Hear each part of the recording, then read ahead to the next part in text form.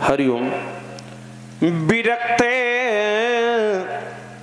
इंद्रियार्थेषु, देखो अर्थ माने धन भी होता है, धर्म अर्थ काम मोक्ष, लेकिन यहां अर्थ माने विषय। इंद्रिय धन अर्थेषु इंद्रियार्थेषु, यानी इंद्रिय के विषयों से विरक्त हैं, इसलिए प्रशांत आत्मा जितेंद्रिय। अन्वय करोगे तो इंद्रियार्थेषु विरक्ता स जितेंद्रिया, वो जितेंद्रिय हैं।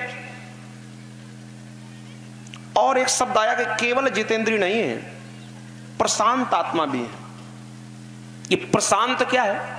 कुछ लोग नाम ऐसे रख लेते हैं कि प्रशांत है ना, ये प्रशांत साधारण शब्द नहीं।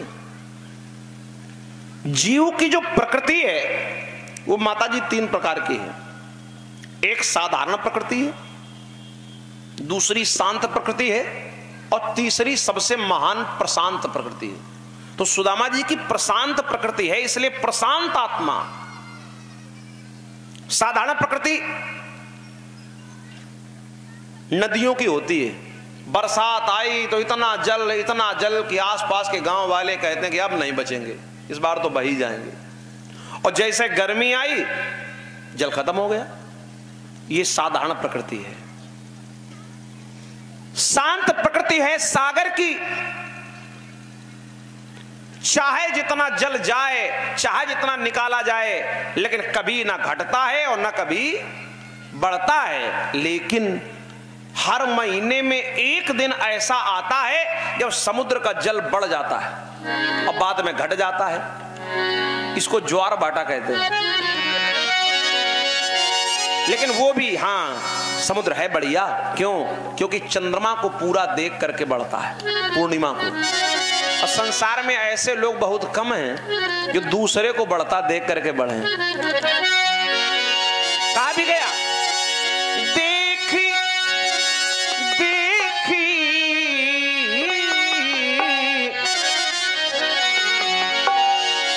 देखी पूरी विधु बाढ़ी जोई, देखी पूरी विधु बाढ़ी जोई, और सज्जन सकृत सिंधु सम को।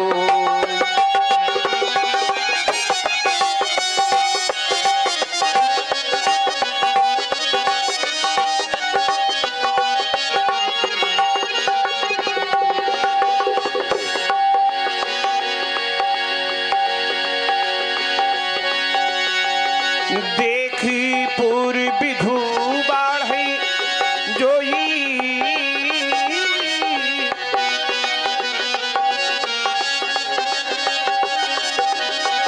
सज्जन सकृत सिंधु सम कोई,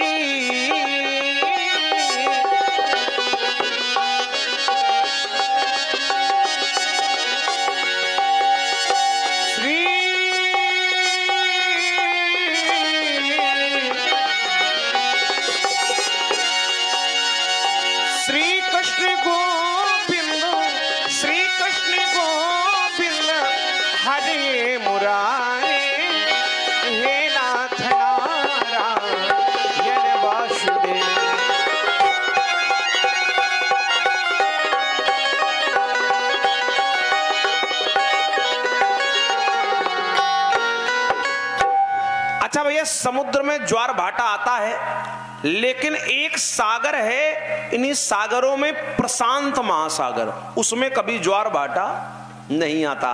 माने वो ना फिर बढ़ता है और ना घटता है। तो सुदामा जी मतलब साधारण प्रकृति, थोड़ा सा सुख आया अभिमानी हो गए, थोड़ा सा दुख आया घबरा गए, ये साधारण प्रकृति है नदियों वाली। शांत प्रकृति सागर की, दुख आया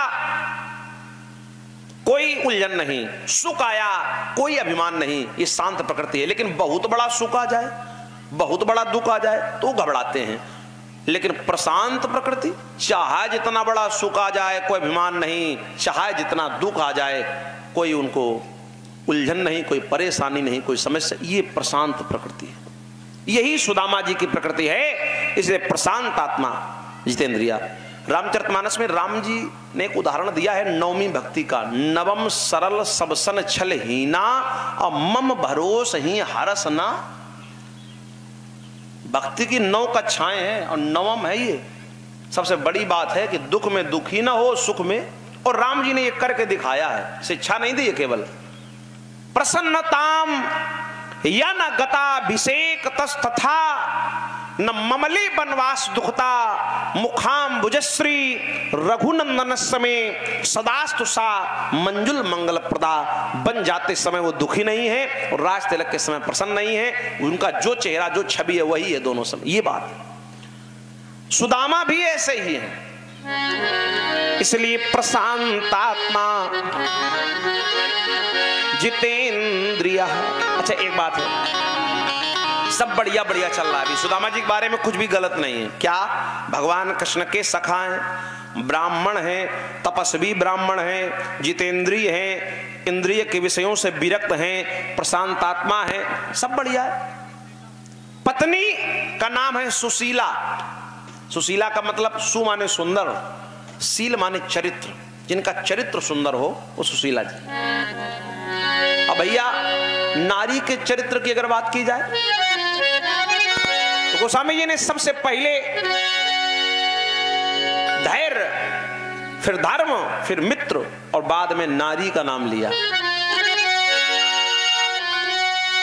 आपत्तिकाल पर ये चारी।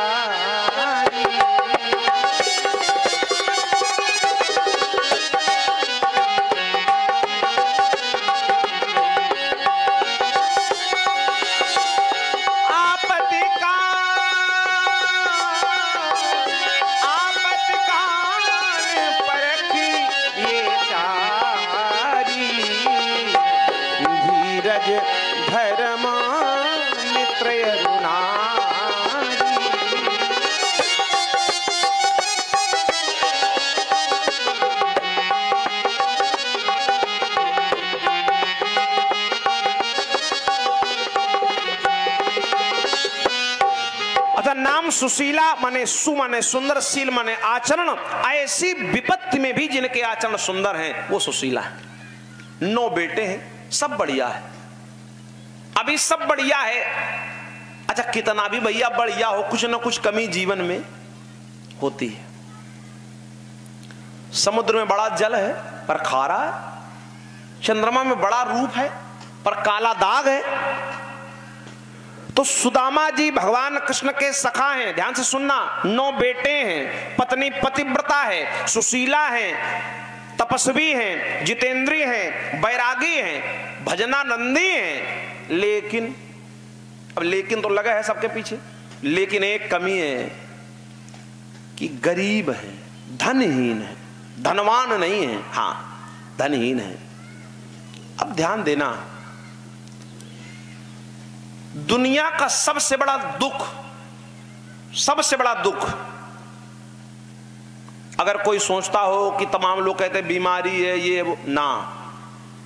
जो बात गोस्वामी जी लिख रहे हैं उत्तरकांड के विराम के समय, दुनिया का सबसे बड़ा अगर कोई दुख है तो बात नोट कर लेना, उसका नाम है गरीबी। गरीबी से बड़ा कोई दुख नहीं है। अगर आप गरीब हो, ये आज से नहीं आदिकाल से, तो तुम्हारी सही बात भी कोई सुनने के लिए तैयार नहीं है। और अगर आप धनवान हो तो गलत को भी लोग कह देंगे बहुत बढ़िया कह रहे।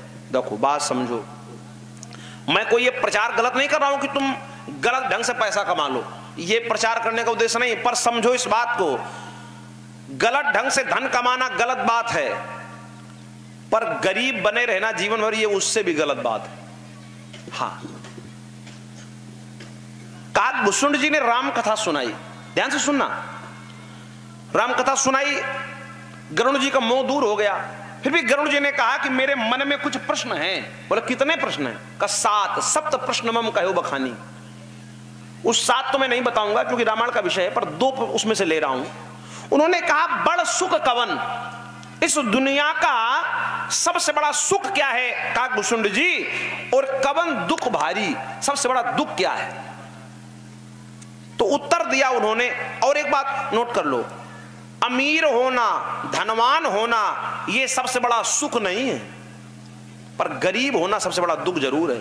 तो उन्होंने उत्तर दिया, कहा सुनो,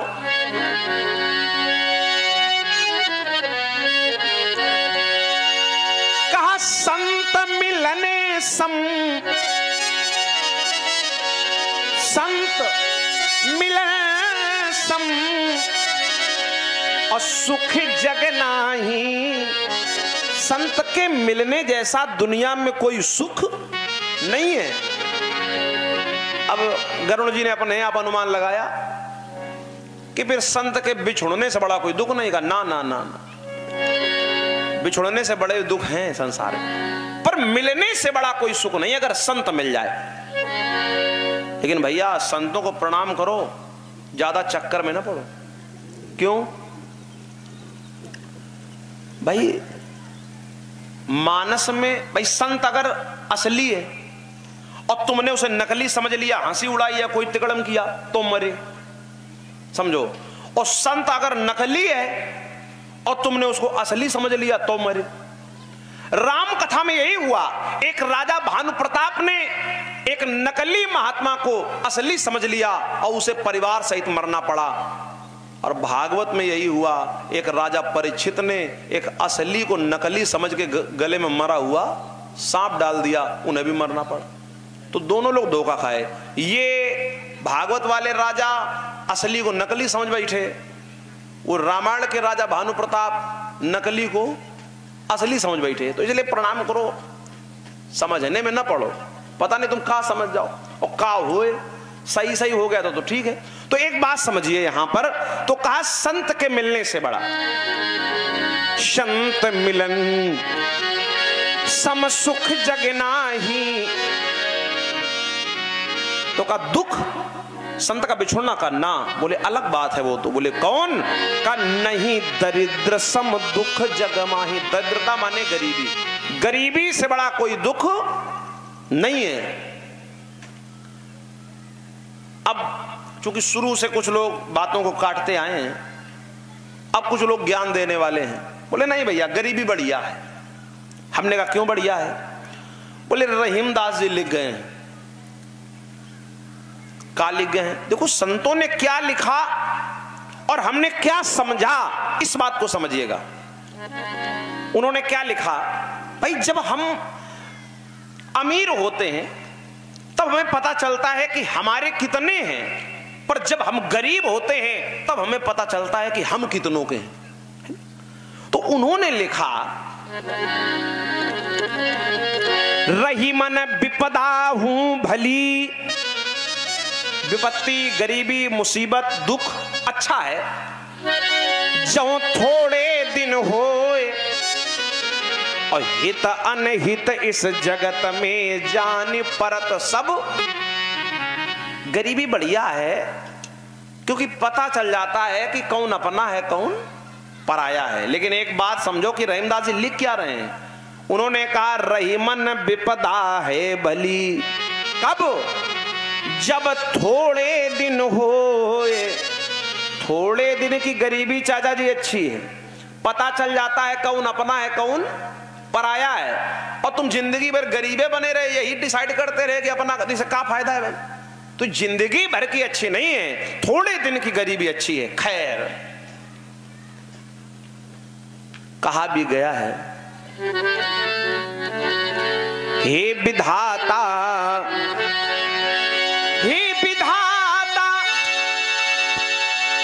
विधाता,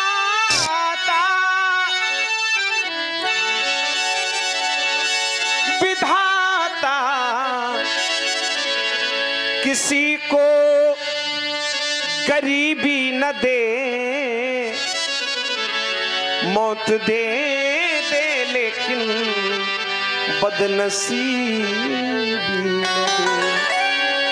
मौत दे दे लेकिन बदनसीबी न दे। ज्यादा तो मैं नहीं कह सकता। गरीबी से बचने के 50 उपाय हैं, 50 प्रकरण हैं। लेकिन हां,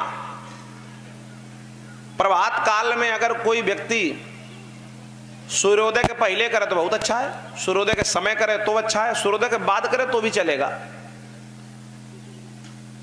केवल मात्र उत्तर दिशा की ओर मुख करके और सुमेरु पर्वत का ध्यान करे। सुमेरु पर्वत संसार में सबसे बड़ा पर्वत है।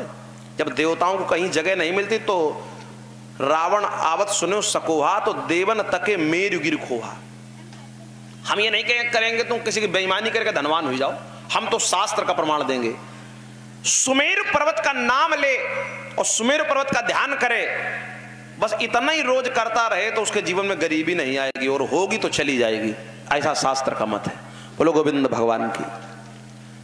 अब आइए फिर सुन लेना, सुमेरु पर्वत जो और कुछ कहन लगो, जो उल्टा मुसीबत में फंस जाओ, ठीक।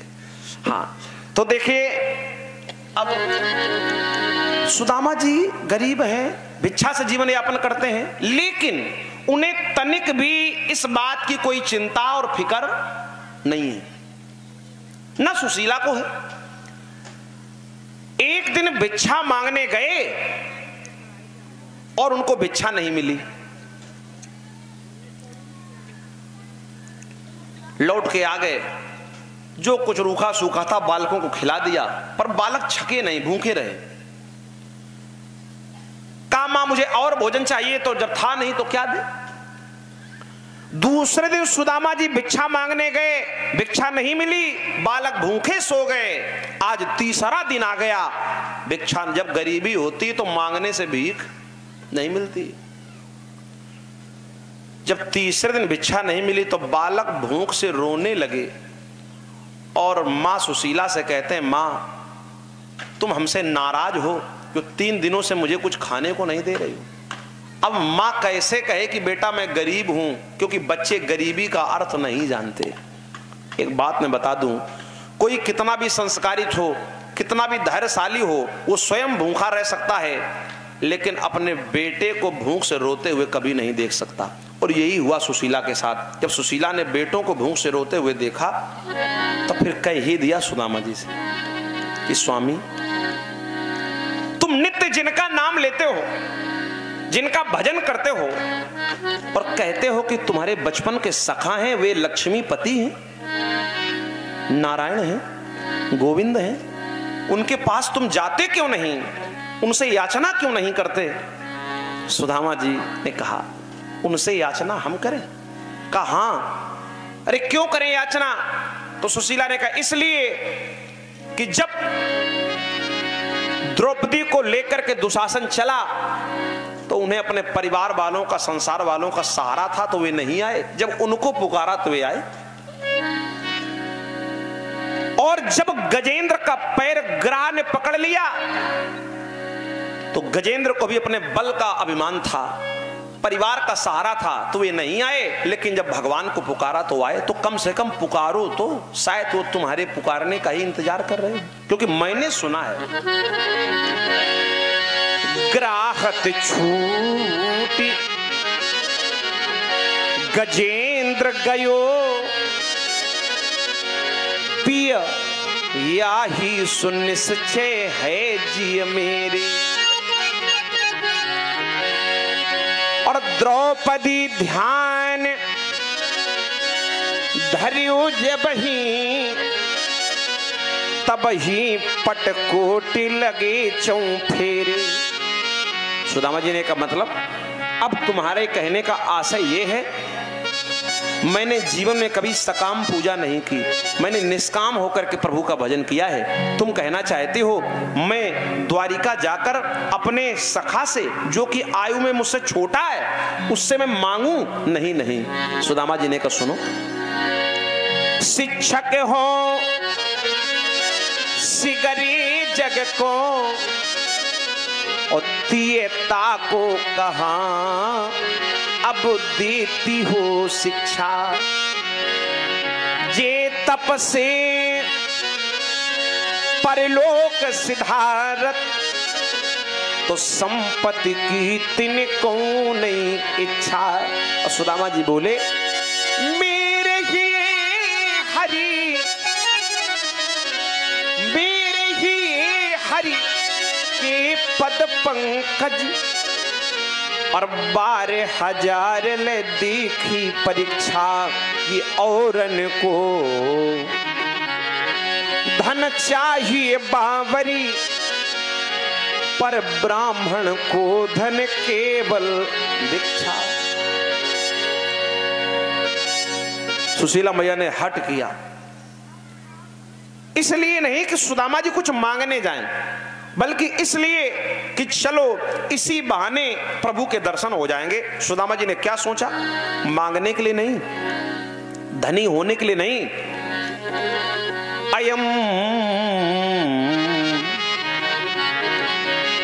अयम ही परमो लाभः उत्तम श्लोक दर्शनम। ये परम लाभ है, उत्तम श्लोक नाम भगवान का, उत्तम श्लोक दर्शनम भगवान के दर्शन का। चलो इसी बहाने दर्शन हो जाएंगे। का ठीक है, मैं जा रहा हूं। पर कहा जाता है कि मित्र के यहां जब जाओ तो कुछ भेंट लेकर जाओ। तो भेंट क्या है? तब सुशीला मैया ने 5 घरों से भिक्षा मांगी, तो थोड़े थोड़े चावल मिले। तो एक चावल की छोटी सी पोटली बनाई, का ये ले जाना और मेरे देवर को, कन्हैया को, गोविंद को ये दे देना। सुदामा जी चले, नंगे पांव, पैरों में कांटे लगते हैं, रक्त बहता है, पर समुद्र के किनारे पहुंच गए। भगवान ने मानो नाविक का वेश बना करके सुदामा जी को वहां से, चूंकि द्वारिका समुद्र के मध्य में है, द्वारिका पहुंचा दिया। भगवान ने ही पहुंचाया। देखो लक्ष्य भी वही है और रास्ता भी वही है, मंजिल भी वही है, मार्ग भी वही है। ध्यान देना, पहुंचा दिया। तपस्या भी वही है और तपस्या का फल भी वही है। इस बात को समझना पड़ेगा। सवेरा हुआ, सुदामा जी ने देखा चारों तरफ स्वर्णिम कंचन के महल,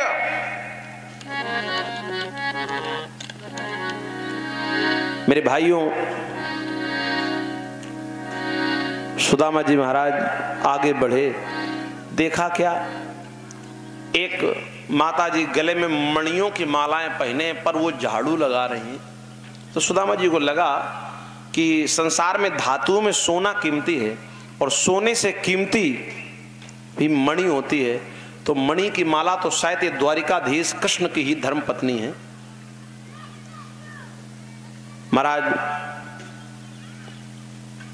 सुदामा जी ने कहा कि आप द्वारिकाधीश की धर्म पत्नी हो? कहा नहीं नहीं, मैं द्वारिकाधीश की धर्म पत्नी नहीं हूं, मैं तो केवल दासी हूं, मेरा काम केवल झाड़ू लगाना है। तब सुदामा जी ने मन में सोचा कि ओफो, कन्हैया ने चोरी करके बहुत धन कमाया है, तो बचपन का चोर है। चलो द्वार पर पहुंचे तो द्वारपाल खड़े हैं, द्वारपाल खड़े हैं। सुदामा जी पहुंच गए। अब जरा ध्यान से सुनना इस जगह पर, तो मैं कहना चाहता हूं। मैं कहना ये चाहता हूं कि एक गीत लखा ने गाया था। लखा तो अभी भी है, गीत भी बड़ा पुराना है।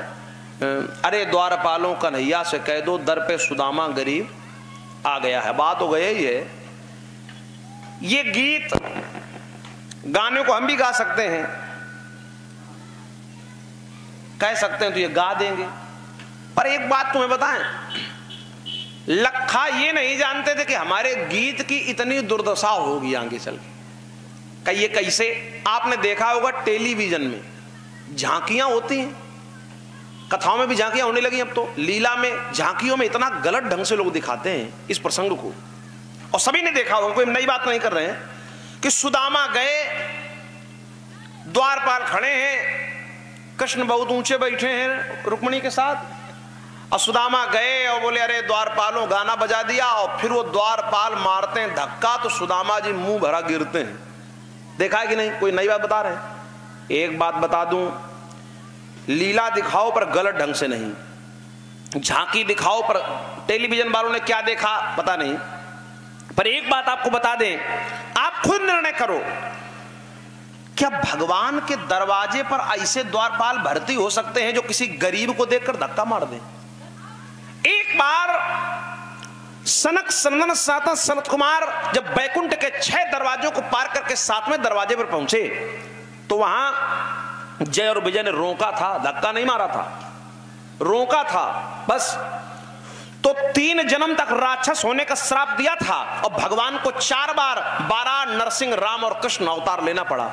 जरा सोचो कि भगवान ऐसे द्वारपाल भर्ती करेंगे। और फिर मैं पूछता हूं, अगर भगवान कृष्ण के दरवाजे पर किसी गरीब ब्राह्मण को धक्का मारा जाएगा तो वो दरवाजा कौन होगा जहां गरीब का सम्मान किया जाएगा? मेरे भाइयों, ये हुआ नहीं है, किसी ग्रंथ में नहीं हमने पढ़ा आज तक, न कहीं किसी वैसी जगह, कहीं मतलब छोटा मोटा भी ग्रंथ हो कि उसमें भी लिखा हो, कहीं धक्का वक्का नहीं किसी ने मारा। ये सब गलत दिखाया जाता है।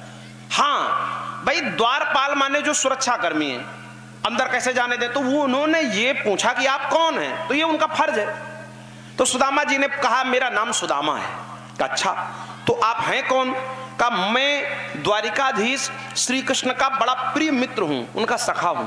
कहा अच्छा, जिनके रिश्तेदारों के रिश्तेदार, दासों के दास, जिनके राजाधिराज बन गए, उनके तुम खास मित्र होकर इतनी विषम स्थिति में जी रहे हो, मुझे आश्चर्य है। तब सुदामा जी ने कहा आश्चर्य तुम्हारा सत्य है, होना चाहिए, पर जाओ द्वारिकाधीश से केवल यह कहना कि उज्जैन में सांदीपनि मुनि के आश्रम पर हम लोग साथ पड़े थे, वे आए हैं सुदामा। अब सुदामा नाम बताना, अगर सुदामा नाम से कन्हैया पहचान जाए तो मुझे बता देना, मैं मिल लूंगा। और अगर कह दें भैया मैं किसी सुदामा को नहीं जानता, तो मैं जैसे आया हूं शांति से वैसे ही लौट जाऊंगा। तो द्वारपाल के नेत्रों में अश्रु आ गए कि क्या जीवन में मित्रता का ये भी रूप देखा जा सकता है? इतना बड़ा विरोधाभास, एक मित्र की ये स्थिति, एक मित्र राजाओं का राजा, क्या है ये? तब द्वारपाल गया, भगवान के सामने खड़ा हो गया। प्रभु तो सब जानते हैं, द्वारपाल की आंखों में अश्रु बिंदु देखकर भगवान ने कहा द्वारपाल क्या बात है, क्या संदेश है?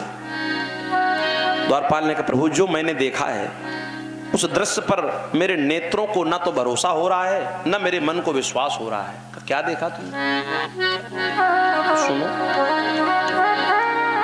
शीश पगा, क्या मित्रता का ये रूप भी हो सकता है? भगवान ने कहा कैसा रूप? तो सुनो, शीश पगा न झगा तन पे, अरु पाए पाने को नहीं सामा, धोती फटी सिलटी दुपटी, प्रभु जाने को आही बसे कई ग्रामा, और द्वारे खड़ो तुझ दुर्बल एक, रहो चक सो वसुधा अभिरामा, और पूछत दीन दयाल को धाम, अब बतावत अपनो नाम सुदामा। सुदामा, द्वारपाल को लगा मैं जब सुदामा कहूंगा तो या तो द्वारिकाधीश कहेंगे कि लिवा लाओ मैं जानता हूं, और या तो कहेंगे मैं नहीं जानता। पर भगवान ने ना तो ये कहा कि मैं जानता हूं, ना ही ये कहा मैं नहीं जानता। द्वारपाल तो इसी उत्तर की प्रतीक्षा में था, हाँ या ना, लेकिन भगवान ने कुछ नहीं कहा। सुदामा नाम सुना, बस भगवान नंगे पांव दौड़ पड़े और द्वारपाल पीछे हो गया, भगवान आगे हो गए, और जा करके द्वार पर द्वारिकाधीश ने सुदामा को हृदय से लगा लिया। बोलो गोविंद भगवान की। ले आए मणिमंडल चौको कनक, ता ऊपर बैठाए, और पानी धरो परात में, पग धोवन को आए। चरण धुलने के लिए बैठे भगवान, चरणों को देखा तो कांटे नहीं कांटों के जाल लगे। भगवान रोने लगे, ऐसे बिहाल विवायन सो, पग कंटक जाल लगे पुनगोई। भगवान रोकर बोले हाय महादुख पायो सखा तुम आए इते न किते दिन को। अब देख सुदामा कि दीन दशा करुणा करके करुणा निधि रोए और पानी परात को हाथ छुयो नहीं निज नैनन के जल सो पग धोए। अपने प्रेम आंसुओं से नेत्रों के जल से सुदामा के चरणों का प्रभु ने सिंचन किया। जब रानियों को पता चला कोई ऐसे ब्राह्मण आए हैं कि प्रभु ने उन्हें अपने सिंहासन पर बैठाला है और अपने हाथों से चरण धुलने गए हैं, तो उन सब ने के कलश लिया दरबार में। अब 16,108 भीड़ लग गई, दरबार खचाखच भर गया। सुदामा जी ने एकदम भगवान से कहा कि ये गांव वाले कहां से आ गए? भगवान ने कहा गांव वाले नहीं है।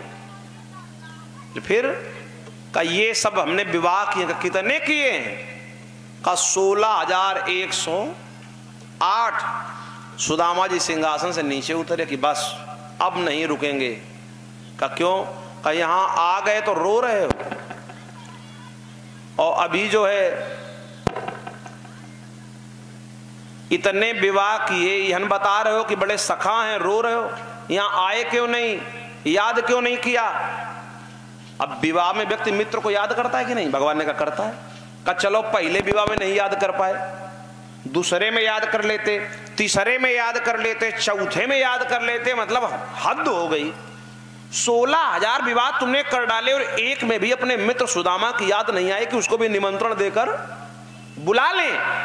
भगवान ने कहा सुदामा जी यही तो बात है कि एक भी विवाह में निमंत्रण कार्ड छपे नहीं, है ना?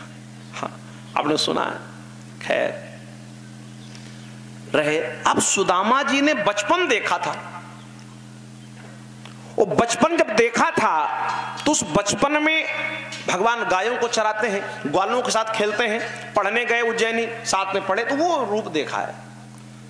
आज राजा के रूप में देख रहे हैं। तो सुदामा जी ने सोचा कि उसी चक्कर में चावल ले आए भेंट में, पोटली। ये चावल देंगे तो कितनी हंसी वाली बात होगी। तो सुदामा जी जो है चावल की पोटली छिपाए। अब भगवान सब जानते हैं। भगवान ने कहा कि हमारी भाभी ने कुछ भेंट दी है। सुदामा जी ने कहा क्या दें? भगवान ने पोटली छीन ली, एक मुट्ठी चावल खा के इया लोग दे दिया। दूसरी खाने वाले थे कि माता रुक्मिणी ने हाथ पकड़ लिया कि अगर ये भी खा लोगे तो परलोक भी दे दोगे तो अपनी तो कोई चिंता नहीं, पर संसार में प्रभु तुम्हारा कोई दूसरा भक्त हुआ तो उसे तुम क्या दोगे? चलने की जब बारी आई, अब ध्यान से समझना इस बात को, जब चलने की बारी आई तो सुदामा जी से भगवान ने कहा कि देखो सुदामा जी अब तुम जा रहे हो कहाँ? तो कहा ऐसा करो कि तुम जो फटे पुराने कपड़े आए थे पहले दिन पहन के, वो कपड़े अच्छे थे, वही पहन लो।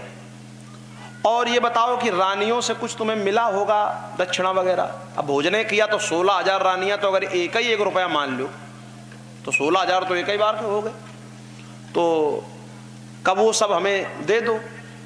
सुदामा जी बोले लो, दे दिए। वही फटे पुराने कपड़े पहना के भेज दिया।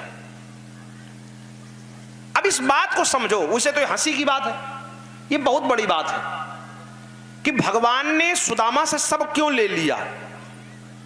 अरे लेकर जाने देते और अलग से बनवा देते, उनका महल बनवा देते।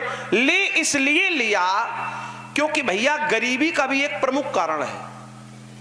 जिसने जन्मांतर में कभी दान नहीं किया वही जन्मांतर में कल्पांतर में गरीब होता है। अब समस्या यह है कि सुदामा की भी गरीबी का कोई जन्म जन्म का कारण रहा होगा। अब भगवान ने जो उन्हें मिला था वो भगवान ने ना चाहते हुए भी ले लिया। और भगवान का एक नियम है कि जो मुझे 1 रुपया चढ़ाता मैं लाख गुना करके लौटाता हूं। तो भगवान को आगे बहुत कुछ सुदामा को देना है, तो बदले में कुछ पहले लई तो लें। तो भगवान ने ना चाहते हुए लिया, यानी कर्म के चक्र को पूरा किया, दान की परंपरा को पूरा किया। गोस्वामी जी ने दोहावली में लिखा, तुलसी पंछिन के पिए घटे न सरिता नीर, दान करे धन ना घटे जो सहाय रघुवीर।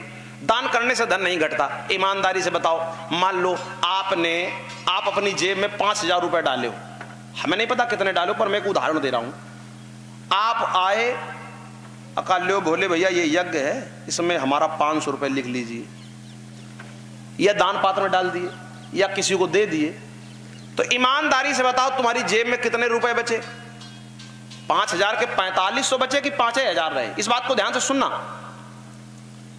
जब 5,000 रुपए तुम लिए थे, अब 500 दान कर दिया तो कितने बचे? 4500। अब 5,000 दान कर दिए तो जेब में कुछ नहीं बचा। लेकिन ये घट रहे हैं, दिख रहा है घट रहे हैं। लेकिन तुलसीदास जी लिख रहे हैं कि दान करे धन ना घटे। तो अब तुलसीदास जी की बात माने या जो हमें आंखों से दिख रहा है वो बात माने? तो एक बात बता दें, कभी कभी आंखों से देखा हुआ भी सत्य नहीं होता है, पर वो संत जिन्होंने परमात्मा को देखा है उनकी बात सही है। आप कहोगे कैसे? मैं आपको प्रैक्टिकली बता देता हूं। आप अपनी जेब में रुपए डाले हो, आप दान करोगे तो भी घटेगा, दिखेगा कि इतने कम हो गए, पर ना घटे धन दान करे। इसका मतलब क्या है? इसका सीधा मतलब है हर गांव में, हर क्षेत्र में आपको ऐसे लोग मिल जाएंगे जो ये कहते होंगे, आप आजमा लेना इस बात को, ये कहते होंगे भैया हम जो है लड़ाई झगड़े में बर्बाद हो गए। बर्बाद का मतलब धन खर्च हो गया। ये कहने वाले मिल जाएंगे कि हम जुआ खेलने में बर्बाद हो गए, हम पीने में बर्बाद हो गए, बर्बाद माने धन खर्च हो गया, हम मुकदमा में बर्बाद हो गए, हमारी किसी ने बेईमानी कर ली तो हम बर्बाद हो गए, बंटवारे में पूरा हिस्सा नहीं मिला तो हम बर्बाद हो गए। ये कहने वाले हर गांव और गली में भरे पड़े हैं, हर जगह। लेकिन ईमानदारी से बताना, आज तक कोई एक सिंगल व्यक्ति किसी को ऐसा मिला है जो ये कहता हो कि एक बार मैंने यज्ञ में दान कर दिया था तब से हम बर्बाद हो गए, एक बार भंडारा करवा दिया था तब से बर्बाद हो गए, एक बार कन्या की शादी में व्यवहार लिखा दिया था, आज तक ना मिला है और ना कभी जिंदगी में मिलेगा। तो ये पूर्ति कौन करता है? यही भगवान करते हैं। यही बात है। सुदामा जी चले, पास में कुछ था नहीं, भगवान ने ले लिया था। रास्ते में चोर मिल गए, कहा द्वारिकाधीश कहां से आ रहे हो? हाँ। कहा खतर तो धन मिला होगा। सुदामा जी बोले कुछ हम ले आए, कुछ तुम ले आओ। तलाशी ली, कुछ निकला नहीं। तो कहा ठीक है, ये मिलता तो ये ले लेते। अब चले, अब देखो भगवान ने बुलाया विश्वकर्मा को, बुलाया योग माया को। दो लोगों क्यों बुलाया? क्योंकि विश्वकर्मा ने ही वो बनाया था, द्वारिका को बनाया। तो विश्वकर्मा से भगवान ने कहा देखो तुमने ही मेरी नगरी को बनाया है, जैसा तुमने मेरी नगरी द्वारिका को बनाया है, सुदामापुरी को, सुदामा के गांव को वैसा ही बना दो। और जैसा मेरा महल है बिल्कुल ठीक वैसा ही सुदामा की उस घास फूस की कुटिया को बना दो। योग माया से कहा तुम सुनो, जैसे मेरी महारानी रुक्मणी का साज सज्जा है, जैसे वो रहती हैं उसी प्रकार से सुशीला को सजा दो, और ये सारा कार्य सुदामा के पहुंचने से पहले हो जाना चाहिए। सुदामा नहीं पहुंचे, विश्वकर्मा ने द्वारिका जैसा सुदामापुरी, भगवान के महल जैसा उनकी कुटिया को बना दिया, और योग माया ने उनकी पत्नी को वैसे ही सजा दिया जैसे माता रुक्मणी। अब देखो सुदामा जी गए तो नक्शे के हिसाब से कि मंगलपुर फिर झींझक फिर से उस हिसाब से गए, मतलब जैसे कोई बाहर से आवे तो। लेकिन वहां जब देखा वैसे ही राज समाज बने, वैसे कंचन के सब धाम सुहावत, स्वर्णिम महल। वैसे सुदामा जी को लगा, हमें लगता है मैं रास्ता भूल के फिर से द्वारिका आ गया। अरे केधों पर्यो कहूं मार्ग भूली के, फेरी के मैं पुनि द्वारिका आयो। खैर सुदामा जी ने सोचा कि आ गए दोबारा द्वारिका तो दोबारा किसी के यहां से विदाई ले लो, फिर बार बार जाना ठीक नहीं है, तो कोई बात नहीं, हम जा रहे हैं, फिर निकलते हैं बाहर। तो सुदामा जी जब चल रहे थे तो जहां उनकी कुटिया थी वहां महल था, वहीं से निकले। अट्टालिका पर सुशीला खड़ी है, महारानी के रूप में श्रृंगार किए, राज रानी की चंद्रिका धारण किए, और सुदामा जी उसी वेश में थे। आधार कार्ड वाला फोटो था, है ना। तो ऊपर से उन्होंने पहचान लिया, ये तो कुछ जान नहीं पा रहे थे, तो उन्होंने आवाज दी कि स्वामी। और जैसे स्वामी कहा तो सुदामा जी एक तो वैसे सोच रहे थे कि फिर द्वारिका आ गए, महल बना था कुटिया की जगह। अच्छा, लोगों के घरों से अंदाजा लग जाए, लेकिन वो सब महल बन गए थे। ऊपर देखा तो सुशीला, लेकिन पहचान नहीं पाए, क्योंकि वो महारानी के रूप में, कहां फटे पुराने वस्त्रों में छोड़कर गए थे। तो सुदामा जी ने कहा कैसे स्वामी? तो उन्होंने कहा तुम हमारे पति हो, स्वामी हो। तब सुदामा जी ने हाथ जोड़े और ये कहा कि देखो सारी दशाएं तो हो चुकी हैं, एक ही बाकी है, वह स्वामी के तुम करवा दो। कहाँ के स्वामी भाई? अरे कहा भाई आप मेरे पति हैं, पहचानो। तब सुदामा जी ने देखा कि ये तो सुशीला है। तो कहा ये संपत्ति कहां से आई? कहे पति भूलो मत तुम्हें दीन यदुपति, और संपत्ति सो लीजिए जो समेत सुर तरु हैं। सुदामा जी ने प्रवेश किया, इस लोक में सुख भोग कर अंत में वैकुंठ धाम को प्राप्त हुए। बोलो गोविंद भगवान की। आगे भगवान के परम धाम गमन की चर्चा है, ध्यान देकर सुनेंगे। पहली बात तो समय विराम की ओर है। मेरे पास इतना समय नहीं कि भगवान का परम धाम तुम्हें सुनाएं। और दूसरी नई बात ये सुन लो, बोले भैया अगर मेरे पास समय भी होता 4 घंटे का, तो भी हम तुम्हें परम धाम गमन नहीं सुनाते, इसलिए क्योंकि भगवान कृष्ण परम धाम कैसे गए, राम कैसे गए, ये टेंशन में ना पड़ो, यो सोचो कि हम कैसे पहुंचे। ठीक है, भगवान तो भगवान है, वो तो हरि व्यापक सर्वत्र समाना। अब इसीलिए देखो उत्तरकांड तक गोस्वामी जी ने राम परम धाम गमन नहीं सुनाया, वाल्मीकि रामायण में है, भागवत व्यापक विषय है। आगे महाराज परीक्षित जी की बात, कथा पूरी हुई, तक्षक काटने चला, कश्यप नाम के ब्राह्मण मिले, उन्होंने रोका, कहा भाई मैं राजा को बचा लूंगा। कहा देखो बचा लोगे, जहर से बचा लोगे, मृत्यु से नहीं बचा पाओगे, क्योंकि मृत्यु का समय निश्चित होता है। तुम्हें धन चाहिए, हम दे देंगे। उसने धन दे दिया, जाकर के पुष्प वर्तिका पर बैठ गया। परीक्षित ने जैसे ही पुष्प उठाया, नासिका तक ले गए, कथा पूरी, समय पूरा, बस नासिका में उसने दंश किया, परीक्षित का यह शरीर भस्म हुआ।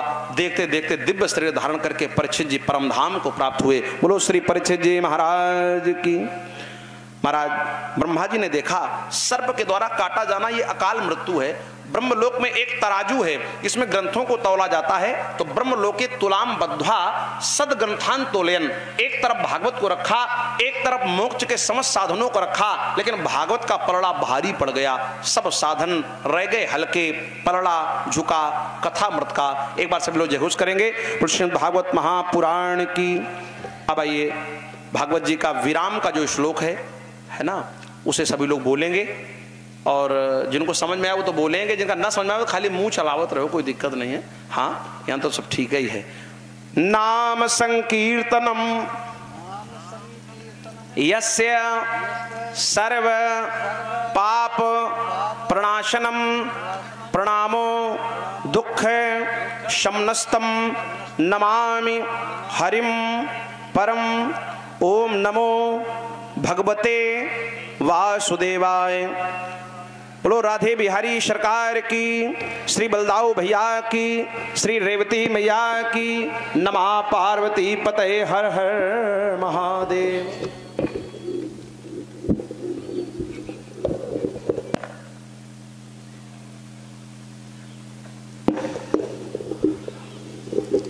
अभी हम आप सभी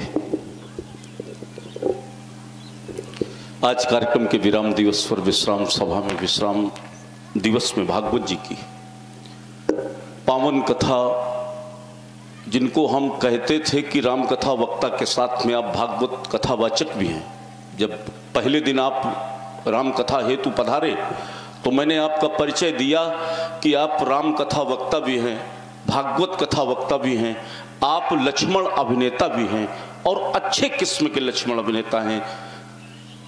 आज संयोग ऐसा बना, नगर कार्यक्रम न बढ़ता तो व्यास जी को कहीं जाना न होता, बैठी रहो, काहे जल्दी में होके चढ़ौती होगी आरती के बाद, अगर पहले चढ़ाना है, विधाने बदल के काम करना है तो कर लो, थोड़ी देर और शांति बनाओ, 5 मिनट है ना, 10 मिनट क्या, चढ़ौती आरती के बाद, और चढ़ौती के साथ ही यहाँ से प्रसाद बांटा जाएगा। बस आज बाहर बाहर नहीं बटेगा, यहीं आपको आना है। चढ़ौती चढ़ाना जरूरी नहीं कि आप पैसा रुपया चढ़ाओ या कुछ ला के चढ़ाओ, अपना मत्था टेको और नहीं कुछ है तो मत्था टेक के अपना प्रसाद लो, अपने घर को प्रस्थान करो। ये कोई मतलब नहीं यहाँ बुलाने का मतलब आपको चढ़वाना है, जबरदस्ती नहीं। माथा तो चढ़ाई दो, अपने को समर्पण कर दो, बस यही तो इस कार्यक्रम का लक्ष्य है पूर्णतया हम लोगों का। तो मैं कहता था और ये संयोग बना कि न कार्यक्रम बढ़ता न आप आज बैठकर हम सभी को भागवत कथा के रूप में। और अच्छा, आपने कथावाचक देखे होंगे, वो लोग हास्य जब प्रस्तुत करते हैं तो उस हास्य के लिए चुटकुल्ला वगैरह लगाते हैं, कुछ ऐसे दृष्टांत लगाते हैं, कुछ ऐसी घटनाएं वर्णित करते हैं कि आपको हंसी आए। लेकिन आपके कथानक का या आपके शब्दों का क्या जोड़ है? 12 जोड़ के अलावा कोई दूसरा जोड़े नहीं है। इतना सुंदर आप शब्दों से ही कथानके में ऐसी लाइन बोल देते हैं कि हम आप आनंदित हो लेते हैं। बहुत ही सुंदर तरीके से आप सुदामा जी का बहुत ही सुंदर चरित्र एक थोड़ा सा नए स्वरूप में भी 25 वर्षों से सुन रहे हैं, सभी लोग सुन रहे हैं, थोड़ा सा नए रूप में भी। क्योंकि जब वक्ता नया होता है तो कुछ ना कुछ उसका अपना स्वाध्याय मिलता है, नयापन मिलता है। कथाएं तो वही हैं, बड़ा सुंदर सा। आज कार्यक्रम का विराम दिवस है, बहुत अच्छी संख्या में आप लोग आए हैं। हम तो सोच रहे थे 200-300 लोग होंगे, तो हमने केवल 3 क्रेट केला मंगाया था। अभी हमें 2 क्रेट और संख्या देख के मंगाना पड़ा। हमने जाओ यार गोदाम पे देखो केला वेला बचे हैं कि नहीं, न लफड़ा हो जाए।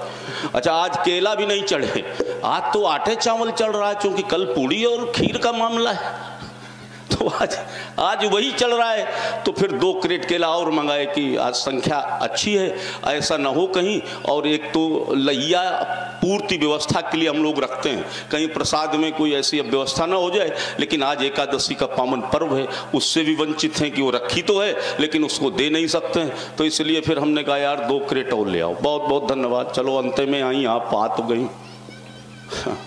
हाँ, बहुत अच्छा आप सुन रहे थे। भागवत जी का अंतिम श्लोक आपने सुना। कोई भी रचनाकार जब प्रारंभ में कुछ लिखता है, मेरी यही एक बात रहेगी, इसके बाद में कार्यक्रम की व्यवस्थाओं से आपको अवगत कराऊंगा, क्योंकि खूब बोल रहे हैं 25 सालों से। इस वर्ष भी रोज चिल्लाते रहे हैं, तो आजे काहे को चिल्लाना, हम भी उपास्य हैं।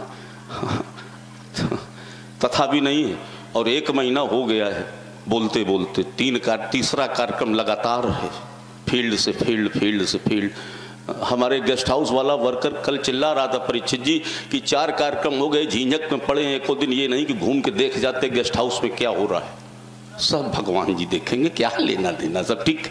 हमें आनंद इसमें आता है, वहां मजे नहीं। पैसा तो है वहां, लेकिन सुख नहीं मिला। ये बिल्कुल ईमानदारी से कह रहा हूं। गेस्ट हाउस से धन तो मिला, लेकिन और ये हम लोग जब बैठते हैं आपस में, हमारी अमरदीप भैया से भी ये बात हुई इस विषय में, अनिल से भी इस विषय में बात हुई कि कार्यक्रम तो बंद कर दीजिए। बीच में 2 वर्ष बंद किए जब, तो आत्म शांति नहीं मिली। ऐसा लगा जैसे शांति चली गई हो। पैसा कमाया, खूब मिला, लेकिन जो आनंद, अच्छा क्या मतलब, कथा सुन रहे हैं, परिक्रमा हम भी कर रहे हैं, और मूल में है, शास्त्र कहता है कि जो व्यक्ति जिस धर्म कार्य के मूल में होता है, जितना इस यज्ञ से सबको पूर्ण मिलेगा, अगर ईमानदारी से, ये मेरी निष्ठा की भी बात है, अगर मैं ईमानदारी से निष्ठावान बनकर इस काम को कर रहा हूं तो सबका 6वां हिस्सा हमारे खाते में आएगा। अगर ये शास्त्र कहता है तो ये पुण्य तो जितना आप लोग लूट रहे हैं वो सब तो हमें अपने आप, हमने आज तक पूर्ण आहुति की, कभी सुना आपने, देखा कभी नहीं की। क्या करना जब तुम्हारा सबका हमें मिलना है, इतना इकट्ठा करके क्या करेंगे। तो हमें शांति इसी में मिलती है। मैं बहुत सुंदर आप सुन रहे थे। एक बात, कोई रचनाकार जब प्रथम में लिखता है तो उस पुस्तक का शीर्षक लिखता है ना। कोई भी आप लिखें कोई पुस्तक, तो उस पुस्तक का सार शीर्षक प्रारंभ में लिखेंगे और सार अंतिम में लिखेंगे, यही तो होता है। और फिर रचनाकार व्यास भगवान है, वो भगवान के अवतार हैं, व्यास भगवान ने श्रीमद् भागवत को लिखा है, उसकी रचना की है। व्यास भगवान का अंतिम श्लोक है श्रीमद् भागवत का विश्राम, बिल्कुल आखिरी श्लोक, 18,000 श्लोकों में सबसे आखिरी श्लोक। नाम संकीर्तनम यस सर्व पाप प्रणाशनम। अभी व्यास जी बुलवा रहे थे, आप सब बोल रहे थे। भगवान के नाम संकीर्तन से जीवन में किए हुए सभी प्रकार के पापों का नाश होता है। किसी भी प्रकार की कोई भी हमसे जीवन में भूल में, जाने में, अनजाने में जो भी पाप हो गया है, इस पुराण के इस आखिरी श्लोक को भरोसा करके आप विचार करके देखिएगा, इस पर चल कर देखिएगा। नाम संकीर्तनम यस, भगवान के नाम का संकीर्तन करने से सभी प्रकार के जीवन में किए हुए पापों का नाश होता है। प्रणामो दुख समनस तम नमामि हरिम परम। प्रणाम करने से, नाम भजने से सभी प्रकार के पापों का नाश, प्रणाम करने से सभी प्रकार के दुख समनस, दुख शांत हो जाते हैं। यह सार है भागवत जी का अंतिम संदेश है हम समस्त भक्तों के लिए कि भगवान का नाम भजो। बहुत सुना है, खूब सुना है। कम से कम इस 26वें वर्ष की इसी बात को केवल लेके चले जाना, प्रयास करना। माला न जपना, न मंगाना को मुखी। अरे माला वाला क्या बवाल बेफालतू का, माला वाला से कोई मतलब नहीं। मैंने एक दृष्टांत पढ़ा था, एक संत बाहर रहते थे, सामने एक दूध बेचने वाली दूध का काम करती थी, चट्टा था, तो दूध दूहती थी, सबको दूध देती थी। एक संत सामने बैठे रोज देखा करते थे, तो वो रोज दूध दूहे और सबको नाप कर दे, किसी को 3 पाव, किसी को 1 पाव, किसी को आधा लीटर, किसी को 1 लीटर, किसी को 2 लीटर। और एक अंतिम में व्यक्ति आए, उसको वो बिना लीटर चलाए दूध पलट दे। और संत 2-4 बार देखा तो वो परेशान हुए कि ये सबको नाप के देती है, और ये व्यक्ति ऐसा कौन सा है कि इस व्यक्ति को बिना नाप के ही ये दूध दे देती, कोई नाप नहीं। उसने उसी चट्टे पे रहने वाले एक वर्कर को बुलाया कि भैया, मेरे जहन में एक प्रश्न है, मेरे हृदय में एक प्रश्न है कि ये सबको तो नाप के दूध देती है, और ये इस व्यक्ति को बिना। बोले महाराज, ये इस दूध वाली का यार है,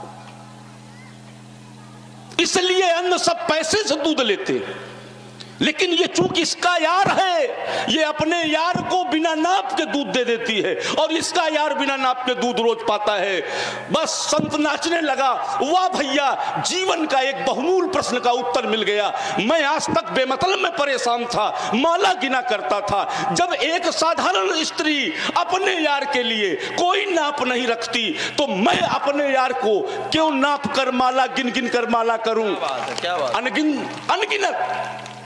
अनगिनत जितना समय जब मिले नाम भजना। इस बात को केवल इस 26वें वार्षिकोत्सव में मेरी यह बात आप थोड़ा, अगर कुछ मैंने आपके लिए किया हो 26 वर्ष में, आपको भी ये लगता हो धंधा कर रहे हैं, कतई मत मान लो। तुम्हें कैसा मैं विद्या की, अगर ये लगता हो कि वास्तविकता हम तुम्हारे लिए मेहनत करते हैं, ईमान से तुम्हारे लिए काम करते हैं, तो इस बात को मान लेना, जब जिसके पास जो समय मिले उस समय में बिना माला के, बिना गोमुखी के, केवल बस बैठ जाना। जितनी देर समय हो, राम जी, कृष्ण जी, शिव जी, किसी का भी जो आपका इष्ट हो उसका नाम लेके मांगना मत कुछ, केवल भगवत भजन करना, केवल भजन करना। बस मैं समझ लूंगा कि हाँ, सबको, परीक्षित जी भी सबको तिलक कर रहे हैं, हम भी सबको लिफाफा पकड़ा रहे हैं, सबको कपड़ा मिल रहा, किसी को कुछ मिल रहा है, हमें क्या मिल रहा है? बातें, धंधा कर रहा है। एक कल मंडी समिति में एक शराबी कह रहा था, हमारे मोहल्ले का है, हमें मैसेज मिला, वो कह रहा था पिए थोड़ा सा पाव भर, पैसा खत्म हो गया होगा कोरोना में, फिर यज्ञ शुरू कर दिया। हमें क्या मिलता है भाई? हमें बातें मिलती हैं सुनने। परीक्षित जी भी नहीं कुछ देते हैं, ये भी सबको दे देंगे, हमें कुछ 11 रुपए एक दिन दे देते तसल्ली। हम भी तो पंडित 20 पिसुआ के लबेन पुरनिया के सुकुल करे करे भैया। चलो हमें बस तो कम से कम आप लोग यही दे देना, दे दोगे ना, भजोगे सब लोग। कितने लोग भजेंगे हाथ उठाकर? वाह, मैं बहुत बहुत आभारी हूं, मैं बहुत बहुत आभारी हूं आपका। बस जो समय मिले, 1 minute 2 minute 5 minute 10 minute 15 minute आधा घंटे, और नाम भजने में कोई पाबंदी नहीं है, जैसी स्थिति में आप हो। ये भी इतना सरल, जैसी स्थिति में आप हो, सुबह उठे भजे, शाम को चलते फिरते काम करते, अरे साहब देखें आनंद आप आए, बस हो गई हमारी दक्षिणा, मिल गया आपको। हमें परीक्षित जी सब ने दे दिया, अब आपको देने की कोई चिंता न करना, मांग नहीं रहे है परीक्षित जी कह आए। बहुत सुंदर कार्यक्रम इस वर्ष आपके बीच संपन्न हुआ, चिंता मत करना, अगली वर्ष पुनः आपको कार्यक्रम सुनने को मिलेगा, ये भोले शुक्ला आपसे वादा करता है। इसलिए नहीं कि पैसा पूरा हो गया, अरे नहीं, हमें उसकी चिंता भी नहीं। अरे संपत सब रखपत के आही, ये केवल आपके लिए मैं कहूं बेबुनियाद है, मुझे भी इस पर भरोसा होना चाहिए। भगवान ने हमें बहुत कुछ दिया है, 10 20 50 हजार लाख रुपए अगर लग भी जाएगा तो ये एक दिन की मेरी कमाई है। एक दिन दोनों गेस्ट हाउसों की बुकिंग है। शुक्ला जी क्या लेना देना, दुबे जी आपका आशीर्वाद है, पांडे चच्चा बैठे हैं, सबकी गोद में खेला हूं, सबका आशीर्वाद है, पैसे की कोई चिंता नहीं है, पैसे से क्या मतलब। लेकिन आप लोगों ने बहुत अच्छा योगदान किया, ये बिल्कुल मैं सत्य कह रहा हूं, ईमान से कह रहा हूं, और इसी सहयोग को मैं चाहता हूं। हम वो सहयोग नहीं भरोसे कर रखता हूं जो 11,000 21,000 अवसर पर मिले, हाँ जब चुनाव आए तब मिल जाए, इसके बाद 4 साल गोलगप्पा वो भी बिना मटर का। ऐसे पैसे का क्या करना, वो पैसा मिले जो हमेशा मिलता रहे। हमें ये 500 में संतोष है, आपके दिए हुए 500 रुपए के योगदान में मुझे संतोष है, बहुत अच्छा आपने योगदान किया है। मैंने आज सुबह कहा था, मुझे इस मालवीय नगर पोरवाल गली, हमारा मोहल्ला श्रीनगर खमैला रोड, विकास नगर, अंबेडकर नगर, बहुत अच्छा सहयोग मुझे इन सब वार्डों ने किया है। मैंने वार्ड लिखे भी हैं शायद, अंबेडकर नगर, श्रीनगर, विकास नगर, और छोटा चौरा तो मुझे लगता है इसी में आता है ना, पोरवाल गली में, मालवीय नगर। लगभग मैं समझता हूं सनातन धर्म के मानने वाले सभी लोगों ने सहयोग किया है। एक वेदना मैंने सुबह व्यक्त की थी, फिर कर रहा हूं, ओम नगर सबसे अच्छा सहयोग रहता था, लेकिन आप लोगों ने ओम नगर के नामों को सुना होगा, लगभग 80 नामों में से 50 नाम गायब है। मैं भी नहीं सोच पा रहा हूं कि ऐसी मुझसे क्या भूल हो सकता है, मेरी व्यक्तिगत कोई वैसे क्योंकि कोई मतलब तो है नहीं, व्यक्तिगत भी नहीं होना चाहिए, लेकिन हो सकता है व्यक्तिगत कोई ऐसा दुर्व्यवहार मेरे द्वारा हो गया हो जो आप, लेकिन ये तो भगवान का काम था साहब, भगवान तो सबके हैं, भगवान तो संपूर्ण नगर वालों के हैं। अभी तक आप जूनियर हाई स्कूल मैदान से कार्यक्रम चला, विनय राइस मिल रहा, हर जगह चलता फिरता घूमता फूला यहाँ आया, हमेशा आप जुड़े रहे। ऐसी अब क्या बात हो गई कि साहब 50-50 नाम गायब हैं। ये मेरी वेदना है, मैंने क्षमा याचना भी मांगी थी, यद्यप मैंने कोई गलती नहीं की है, लेकिन ये भगवान का काम है और भगवान के लिए मेरी अपनी कोई प्रतिष्ठा नहीं। मैं तो आपके बीच में झोली लेके आया हूं ना कार्यक्रम के लिए, कटोरा, मैं तो इंटरनेशनल भिखारी हूं केवल इस यज्ञ के लिए। ये कटोरा में हमारे लिखा है दान पात्र, इसको लेके आपके बीच आया हूं, आपसे मांगा है मैंने, किस लिए? कार्यक्रम के लिए। तो मेरी अपनी कोई प्रतिष्ठा नहीं, फिर भी मैंने ये कहा कि मैं क्षमा याचना चाहता हूं अगर मेरे किसी भी काम से आपको पीड़ा पहुंची हो, लेकिन इस यज्ञ से आप दूर ना हो, यह मेरी प्रार्थना है। ये मैंने कहा सुबह, और फिर मैं इतनी समाज के सामने कह रहा हूं कि अगर ऐसा कोई मुझसे कृत्य हो गया हो, पहली बात हुआ नहीं है, लेकिन यज्ञ के लिए मैं अपनी गलती को स्वीकार करता हूं। अगर मुझसे कुछ गलत हो गया हो तो वो मुझे सजा देना जब आपको अवसर मिले। व्यक्तिगत आप हित अहित मेरा सोच लेना, लेकिन यज्ञ से दूरी ना बनाओ, क्योंकि यज्ञ आपका है, मेरा नहीं। जब आपने मेरे कंधे से कंधा मिलाया तब ये यज्ञ आज इस जगह पहुंचा है। हम आपको कैसे छोड़ दें?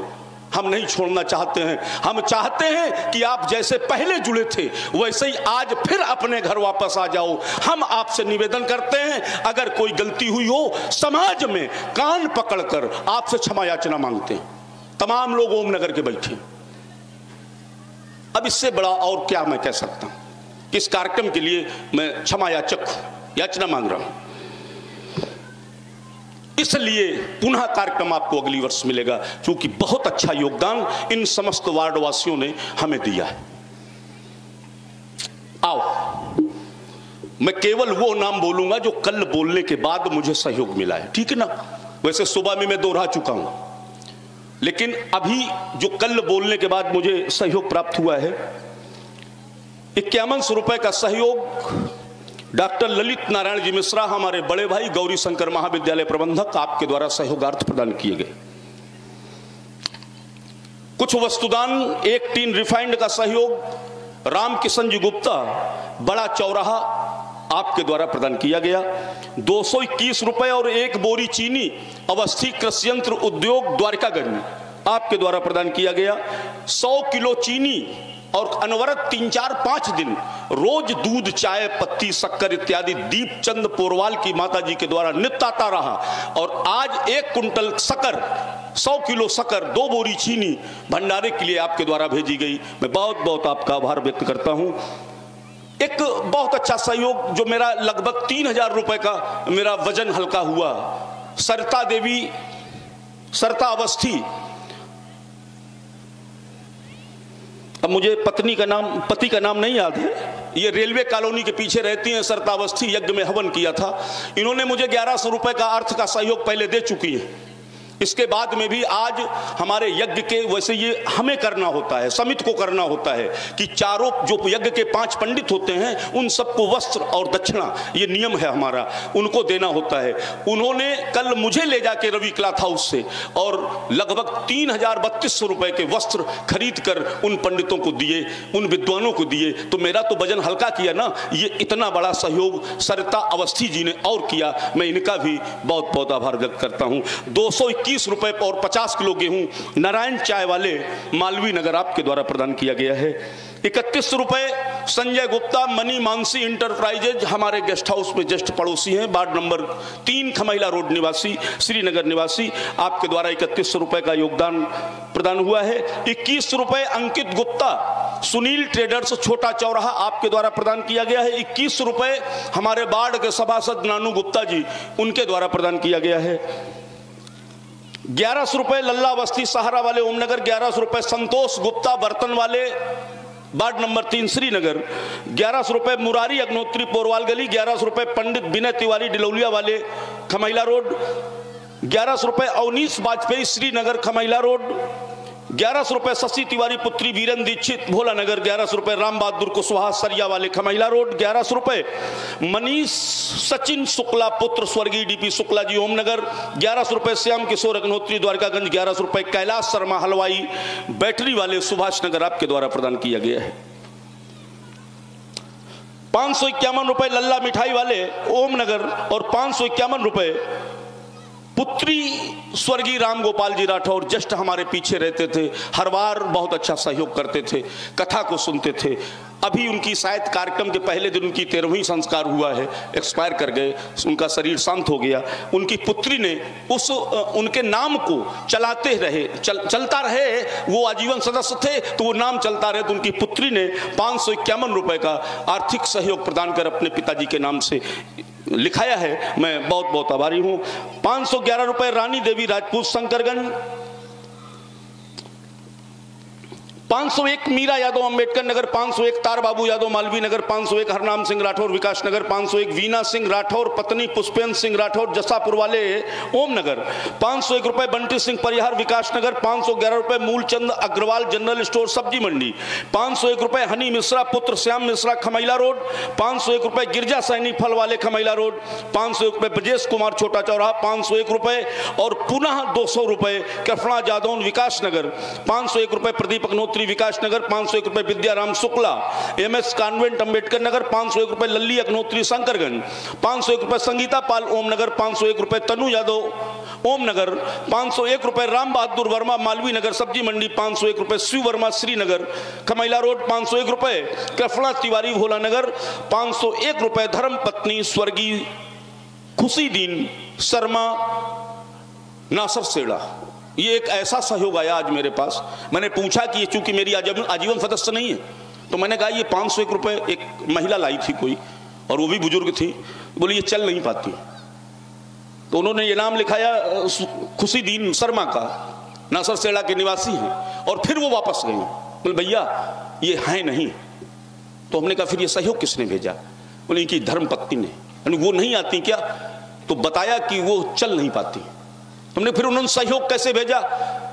वो कार्यक्रम को सुनने आती थी, पहले 100-200 रुपए का सहयोग करती थी, इस बार वो आ नहीं पाई, इसलिए उन्होंने 501 रुपए का सहयोग भेजा। यही सब देखकर, सुनकर, समझकर ये लगता है कि कार्यक्रम होना अति आवश्यक। यही सब तो कैसी भावना है जो सुनने नहीं आया। नासर सेड़ा की रहने वाली खुशीदीन शर्मा जो एक्सपायर कर गए हैं, उनकी धर्मपत्नी जो चल नहीं पा रही है, वो 501 रुपए इस यज्ञ में किसी दूसरे से सहयोग भेज रही। क्यों? यज्ञ होता रहे, यही तो भावना है।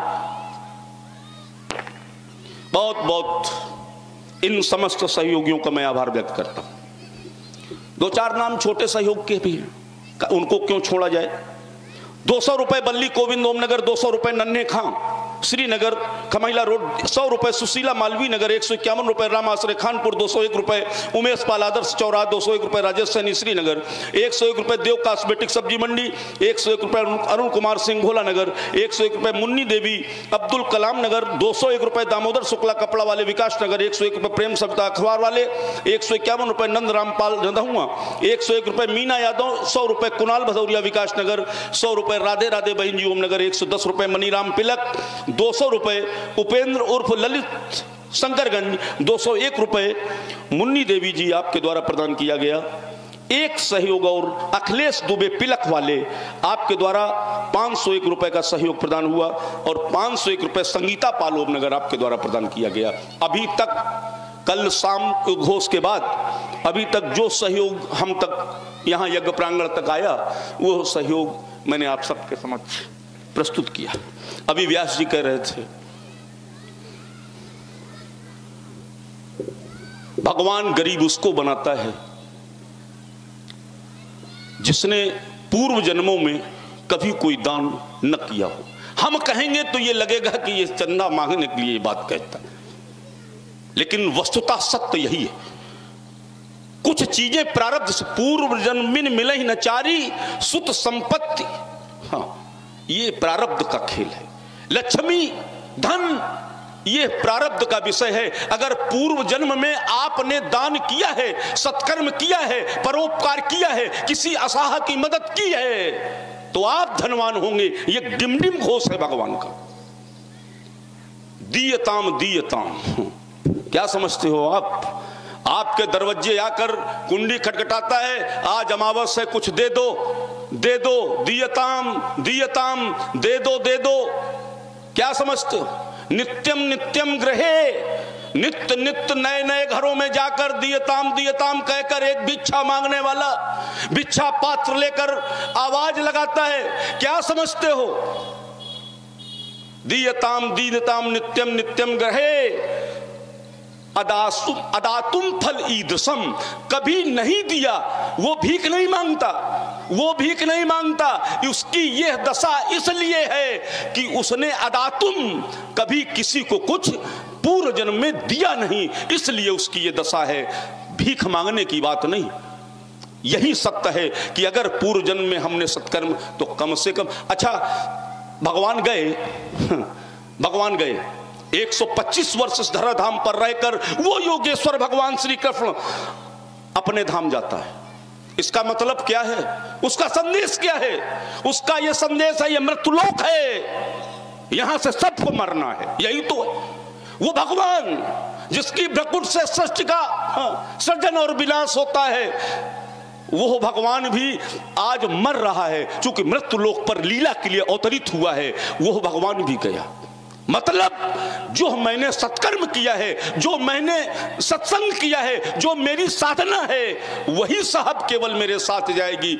इतना भरा पूरा 16,108, उनके 10-10 पुत्र, एक एक पुत्री, कितना बड़ा परिवार, और वो सामर्थ्यवान परमात्मा सब कुछ यहीं छोड़कर चला गया, कुछ साथ ले गया। इसका मतलब यही मृत्युलोक आवागमन, यही साहब इसका मुख्य प्रपंच है, ये हमारे साथ भी है। इसलिए हमें सत्कर्म करना है, हमें दान करना है, और कभी कहीं वो भोले शुक्ला ना हो और कोई कराए, सब करो। भगवान ने अगर दिया है तो खूब दिल खोल कर सहयोग करो। खूब सहयोग आपने किया। आज कार्यक्रम पूर्ण हो रहा है। रात्रि में ठीक 7 बजे से रात्रिकालीन प्रवचन वेला शुभारंभ होगी। महाभारती जी, विजय कौशल जी, मुन्ना भैया, उनके द्वारा महाभारत की कथा होगी। उसके बाद भैया अमरदीप जी हम सभी को राम कथा सुनाएंगे, हंसाते कुतकुताते। हाँ हाँ हाँ, मस्ती से। आखिरी दिन है, उनके द्वारा रामकथा होगी। और रात्रिकालीन प्रवचन वेला का इस 26वें वार्षिकोत्सव का विश्रामित व्याख्यान पूज्यपाद पंडित श्री अखिलेश मण जी सांडिल्य जी देवरिया, उनके द्वारा संपन्न होगा। आप सभी से मेरी प्रार्थना है, केवल रात्रि भर का सत्संग बचा है और ये मृत्यु लोग है। जाना तुम्हें भी है, जाना। हाँ, इस बात को गांठ में बांधते हुए सत्संग में रात में जरूर पधारिएगा, ठीक है ना। रात में आप सभी लोग सत्संग में पधारेंगे। कल भंडारा है और अभी थोड़ी देर बाद व्यास जी का पूजन करेंगे। सबको सम्मान, अब आप करो तब तक। हाँ, सबका सम्मान कर दो, सबका पूजन कर दो, तब तक आप करो, हम तब तक बतियाए लेते हैं इन लोगों से। इसके बाद आरती होगी। आरती के बाद आप लोग चढ़ौती में आएंगे। जो पास की हैं वो बैठी रहेंगी। वो अब ये जो कर रहे हैं परीक्षित जी, सब अपने पास से कर रहे हैं। 5500 रुपए भी दिए, रोज सबको तिलक किया, सबको दक्षिणा दी, पान फल मिठाई लाए। और आज भी जो कर रहे हैं अपना कोई लेना देना नहीं, ये सब व्यवस्था आपकी है। तो ये योगदान ही तो है। कल भंडारा है तो अभी चढ़ौती में आप सभी लोग आएंगे, यहीं से प्रसाद लेंगे, तब अपने घरों को जाएंगे। जो पास की हैं मालवीय नगर, श्रीनगर, वो रुकी रहेंगी पोरवाल गली। पहले ओम नगर, विकास नगर वालों को आ जाने दें, पुरुष भक्त उधर से आते रहेंगे। इसके बाद में आप लोग आइएगा चढ़ौती में, भले ही पुष्प अर्पित करना, चूंकि आज विश्रामित दिन है, आप सभी को मत्था टेकना है, भागवत भगवान का दर्शन करना है। दर्शन करने के बाद प्रसाद आरती लेकर दर्शन करते हुए तब आप अपने घरों को प्रस्थान करेंगे। कल कलश वितरण होंगे। सुबह आप ध्यान रखिएगा 8 बजे से कलश लेने के लिए आप लोग आ जाइएगा। 12 लोग हैं जिन्होंने कलश पूजन में अपना सहयोग भिजवाया है। ये स्टील का कलश, इसलिए मेरी भावना इसलिए है कि आप सभी लोग आते हैं। 300 कलश 60,000 रुपए के मंगाए हैं।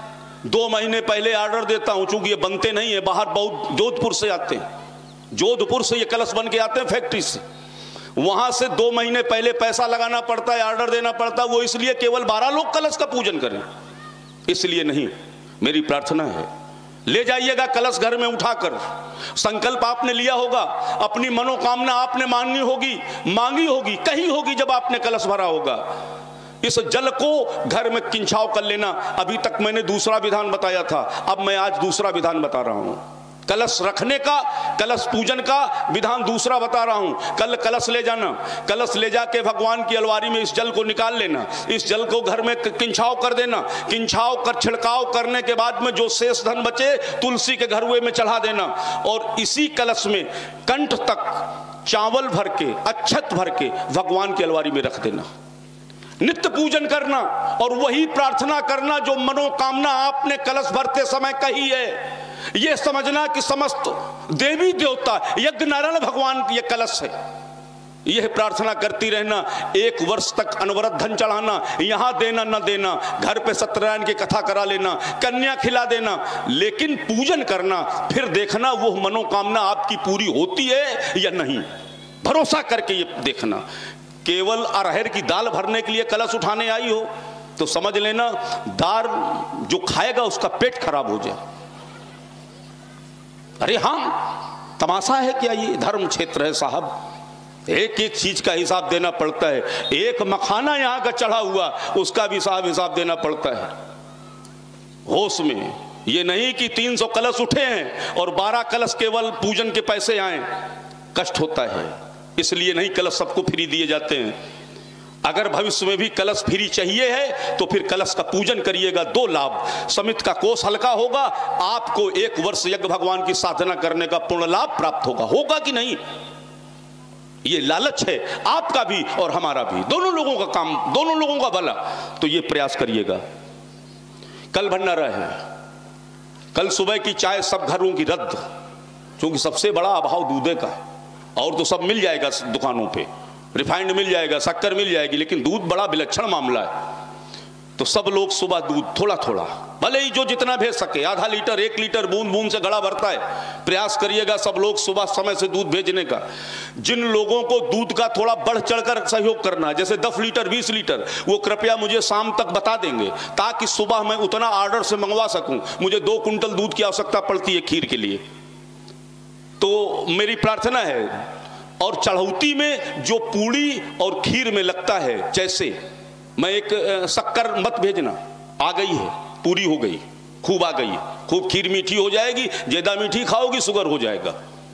भले ही प्रसाद है, ज्यादा मीठा काहे खाओ, पर्याप्त मीठा खाओ। तो शक्कर पा गई है, अब उसकी जगह आपको शक्कर नहीं भेजना है, आटा, चावल, रिफाइंड, मेवा।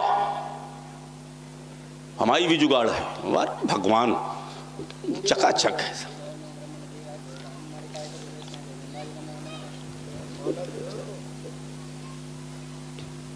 4:40 हो गया, माला भी मिल रहा है, माल भी हो गए, माला माल।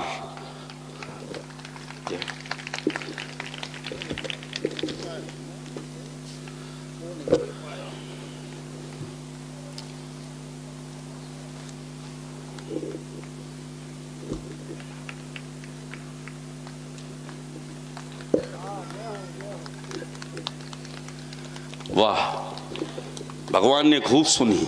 अरे चलो, इज्जत तो रही, हाँ तो चली गई थी।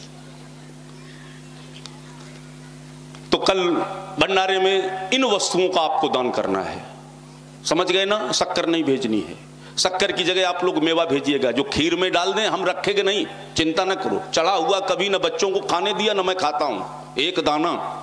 एक दाना आज तक न पहना है, न खिलाता हूं, न मैं खाता हूं, न खाने देता हूं। भरोसा रखना सब खीर में आपका, हाँ, तेरा तुझको अर्पण। ये अगली वर्ष यज्ञ का नारियल परीक्षित जी द्वारा, ये परीक्षित पक्के, हम आयोजक पक्के। अब तुम्हारा चकाचक बिना मतलब में, बिना मेहनत का मजा काटो, खूब आनंद लो। हाँ, जब मन आए तब आओ, जब मन आए तब जाओ, चाहे 4 बजे आओ, तुम्हें क्या, फंसे तो हम लोग। हाँ, कितनी खुश हैं। शारीरिक योगदान के लिए जब कहा जाए, पूड़ी बेलने के लिए जो पास की हैं, अपना अपना पाटा, ये नहीं कि बोले पाटा ले आओ, हम यहाँ कहाँ से पाटा बेलना लग देंगे आपको, हुरसा जो भी कहती हो, अपना अपना पाटा बेलन लेकर पूड़ी बेलने के लिए, योगदान करने के लिए आपको आना है। क्योंकि अगर हम हलवाई पूड़ी बेलने सहित बुलाएंगे तो पैसा ज्यादा लगेगा।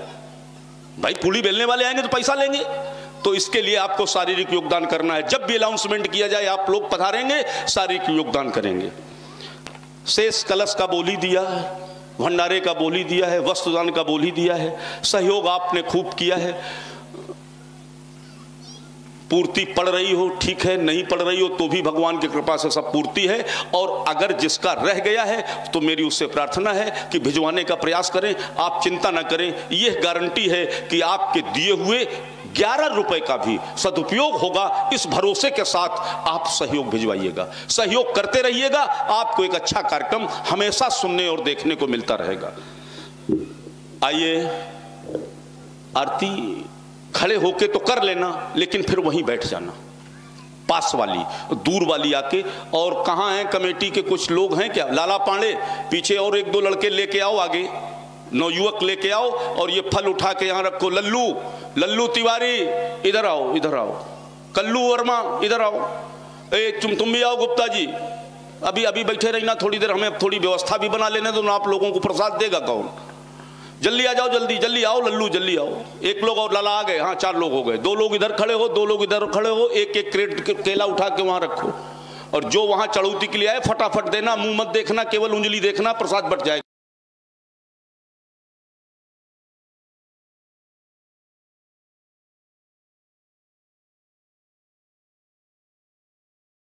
देखो, फटाफट दो, कह दो बढ़ो, जल्दी बढ़ो। चाची गुस्सा हो चाहे मौसी, हाँ, क्या लेना देना हो गई, यज्ञ खत्म, अपने घर जाओ। गुस्सा हो, आधी रोटी ज्यादा खाओ जाके, हमसे क्या मतलब? अब कौन चंदा लेना? जय हो, बोलो यज्ञ भगवान की। इधर फल रखो जाके, एक इस तरफ एक उस तरफ। बैठे बैठे खड़े होके आरती कर लेंगे, लेकिन फिर बैठ जाना। जो पास की है दूर की पहले आ जाने देना और पास वाले खड़े हो जाए सब लोग यथास्थान। और आखिरी आरती है, बड़ी श्रद्धा से बड़ी मस्ती से करिएगा। अपने अपने इष्ट भक्त को हम सभी लोग अपने अपने हृदय आंगन में उनका आवाहन करके बुला के करते हैं भागवत भगवान की पावन आरती।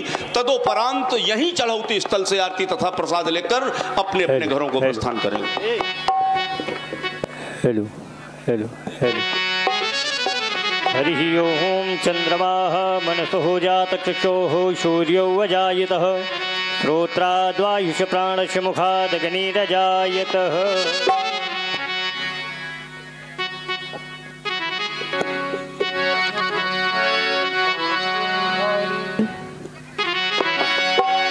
मेरे राश बिहारी राधे बिहारी तेरी आरती गाऊं।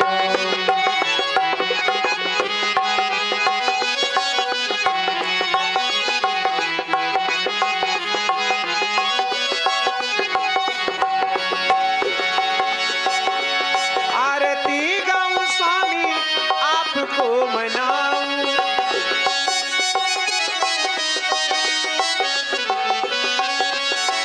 आपको मनाऊं स्वामी आपको रिझाऊं।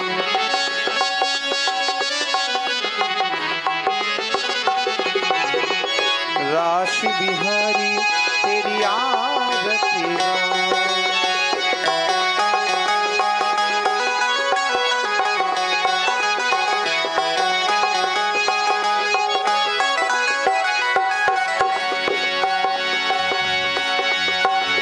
चरणों से प्रगटी है गंगा मां प्यारी।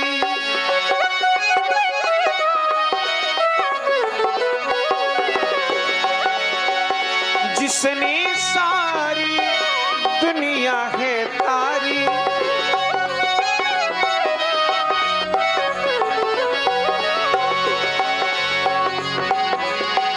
उन चरणों में मैं शीश नवाऊं। राधे बिहारी तेरी आरती गाऊं।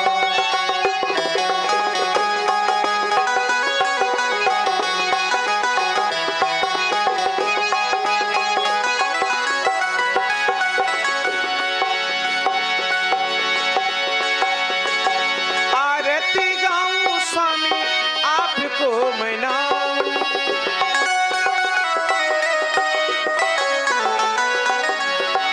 आपको मनाऊं स्वामी आपको रिझाऊं।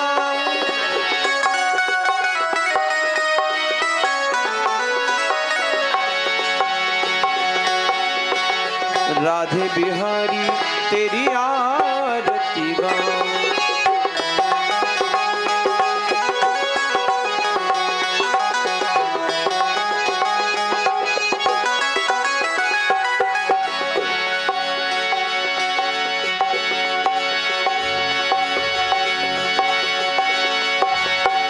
मोर मुकुट प्रभु शीस पे सोहे।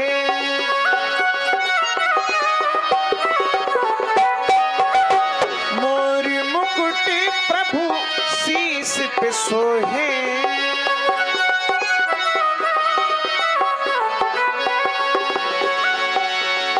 प्यारी बंसी मेरो मन मोहे।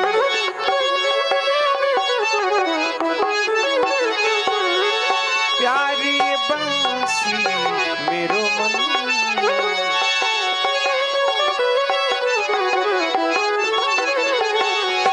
हरि चरणों में श्री हरि चरणों में मैं शीश नवाऊं।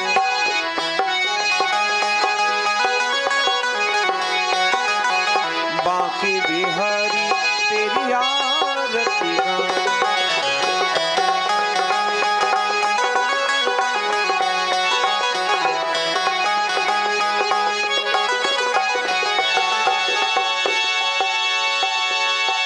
दास अनाथ के नाथ आप हो। तुलसीदास के नाथ आप हो।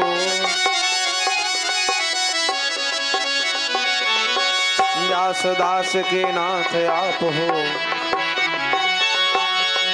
देखी छवि बलिहारी में जाऊं, बांके बिहारी तेरी आरती गाऊं।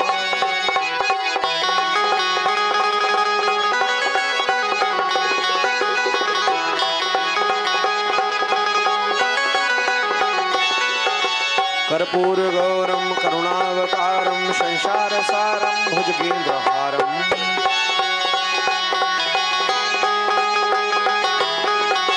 सदा वसंतम हृदयारविंदे भवम भवानी सहितं नमामि।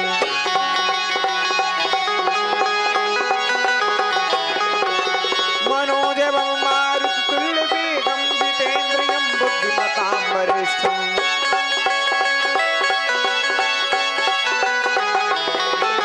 वातात्मजं वानरयूथमुख्यं श्रीरामदूतं शरणं प्रपद्ये।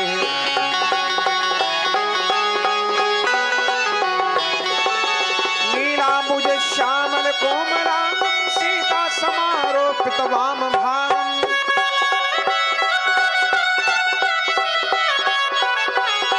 पाणौ महाशायक चारुचापं नमामि रामं रघुवंशनाथम्।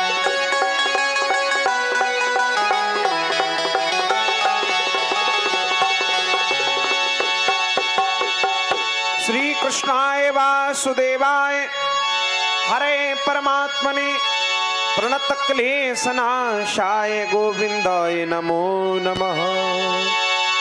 बोलो श्री राधे बिहारी सरकार की, श्रीमद् भागवत महापुराण की, यज्ञ भगवान की, वृंदावन धाम की, अयोध्या धाम की, समस्त देवी देवताओं की, अपने अपने माता पिता की, सद्गुरुदेव भगवान की, धर्म की।